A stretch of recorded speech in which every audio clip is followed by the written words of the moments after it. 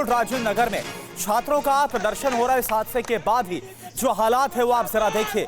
एक तरफ 3 छात्रों की मौत हो गई है इस दुखद हादसे में पानी भर जाने से, और वहीं उन्हीं के जो साथी छात्र हैं वो काफी गुस्से में है। दिल्ली सरकार के साथ साथ जो कोचिंग संचालक है उनके खिलाफ भारी गुस्सा है, और साथ जो छात्र हैं वो सड़कों पर उतरे हुए कड़ी कार्रवाई की मांग की गई। हालांकि आपको बता दें दिल्ली सरकार की तरफ से मजिस्ट्रेट जांच की बात जरूर कही गई है, लेकिन छात्रों की तरफ से दिल्ली सरकार, एमसीडी, कोचिंग संचालक सभी के खिलाफ लापरवाही की बात कही जा रही है।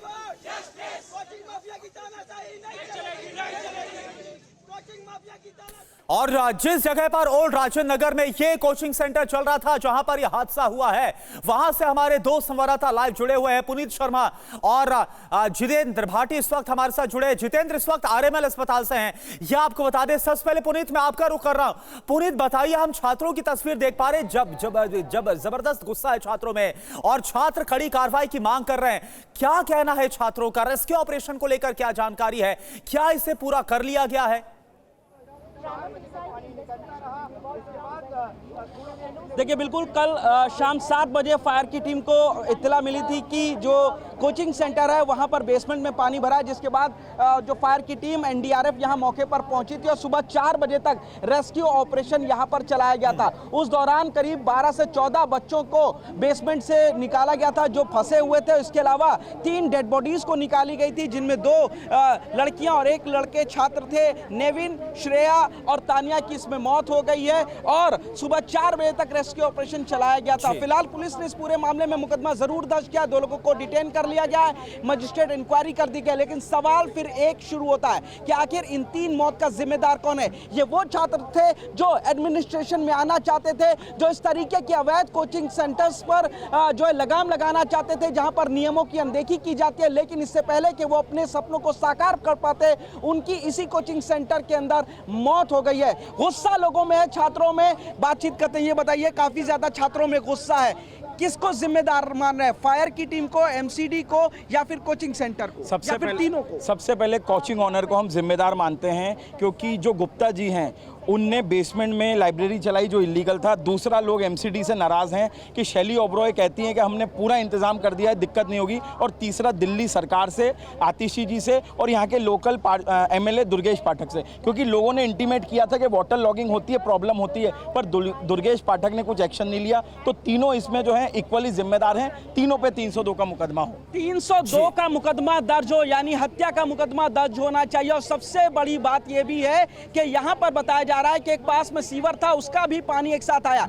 सबसे जो खौफनाक बात है वो ये है कि जिस वक्त पानी तेजी से बेसमेंट में अंदर भरा, उस वक्त 30 से 35 छात्र अंदर मौजूद थे। इनमें से कुछ छात्र भागने लगे, एग्जिट सिर्फ एक था जबकि 2 एग्जिट होने चाहिए। और आलम यह था कि जो शीशे थे बेसमेंट के, उनको तोड़ करके पानी काफी तेजी से अंदर घुसा और अपनी जान बचाने के लिए जो छात्र थे वो बेंचेस पर खड़े हो गए। लेकिन करीब 12 से 14 फुट तक का पानी था और यही वजह है कि तमाम जो छात्र थे उसमें बिल्कुल, यानी कि साफ है जो आप वहां पर रियलिटी देख पा रहे हैं कि इतना बड़ा कोचिंग सेंटर चलाया जा रहा था, संचालन हो रहा था, लेकिन सुरक्षा मानकों को किस तरह से धता किया गया, कैसे इसे लेकर लापरवाही बरती गई। जितेंद्र भाटी का रुख करते हैं, आरएमएल अस्पताल में मौजूद है, जहां पर उन 3 माफ कीजिएगा छात्रों के शव रखे गए हैं जिनकी इसमें मौत हो गई है। जितेंद्र, आपने एक जो छात्रा है उसके परिजन से बात की है, बहुत ही दुख की घड़ी है, बड़ा सदमा है।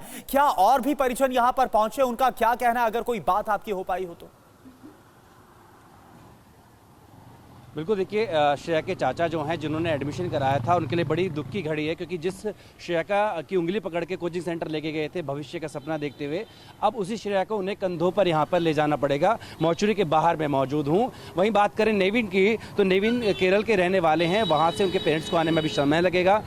लेकिन तानिया के जो पेरेंट्स हैं वो बता रहे हैं कि उनके रिश्तेदार रात को आए थे, लेकिन उनकी बात नहीं हो पाई। और जो पोस्टमार्टम है, आपको बता दें कि वो सुबह 10:30 बजे के आसपास पोस्टमार्टम किया जाएगा। डॉक्टर्स की टीम इसके लिए गठित कर दी गई है। और 2 से ढाई घंटे पूरी प्रक्रिया चलेगी, क्योंकि इसमें न्यायिक जांच की भी बात की गई है, तो इसमें थोड़ा प्रोसेस को उसी हिसाब से फॉलो किया जाएगा। और उसके बाद इन परिजनों जो इनके परिजन हैं उनको शव जो है उनके हवाले कर दिया जाएगा। लेकिन देखिए, इन शवों का पोस्टमार्टम तो यहाँ पर हो जाएगा, लेकिन पोस्टमार्टम की जरूरत है इस प्रणाली की, सिस्टम की भी, जहां पर हर बार ऐसी घटनाएं घटती हैं तब तो सतर्क दिखते हैं, लेकिन उसके बाद किसी के कान में जू नहीं रेंगती और फिर सालों साल चीजें चलती रहती हैं। वहां कोचिंग सेंटर में जो कुछ लोगों ने बताया कि जो बेसमेंट था जहां पर ये लाइब्रेरी बनी हुई थी, वहां पर एग्जिट और एंट्री का एक ही रास्ता था, और उसी पे जब पानी भर गया तो उनके लिए निकलना मुश्किल हुआ। हालांकि मौत का कारण क्या है, क्या सांस घुटने से या जिस तरह से दावा किया जा रहा है करंट लगने से, उसके बारे में पता चलेगा पोस्टमार्टम के बाद। लेकिन इतनी बड़ी घटना जो घटी है, इसके लिए जिम्मेदार कौन है, इसको लेकर के परिजनों के मन में सवाल है। हालांकि श्रेया के जो चाचा हैं उनकी तरफ से कहा गया है कि जो ऑनर है कोचिंग सेंटर के, उनके खिलाफ गैर इरादतन हत्या का मुकदमा दर्ज किया जाए, क्योंकि उनकी तरफ से अगर मुकम्मल इंतजाम किए गए होते तो छात्रों की जान नहीं जाती। साथ ही साथ में उस पूरी कोचिंग को चलाने वाले और लोगों के लिए भी एक सीख होगी, तो ऐसे में उनको भी लायबल ठहराने की जरूरत है। लेकिन बिल्कुल जितेंद्र, दिल्ली सरकार से लेकर जो कोचिंग संचालक है, जो कोचिंग मालिक है और जो एमसीडी, उनके खिलाफ काफी गुस्सा है, भारी गुस्सा है छात्रों के अंदर और परिजनों के अंदर। आप बने रहिए हमारे साथ। और देखिए, कुछ देर पहले पुनीत शर्मा हमारे संवाददाता की रिपोर्ट आपको दिखाते हैं, जब छात्र जबरदस्त प्रदर्शन कर रहे थे। आप देखिए,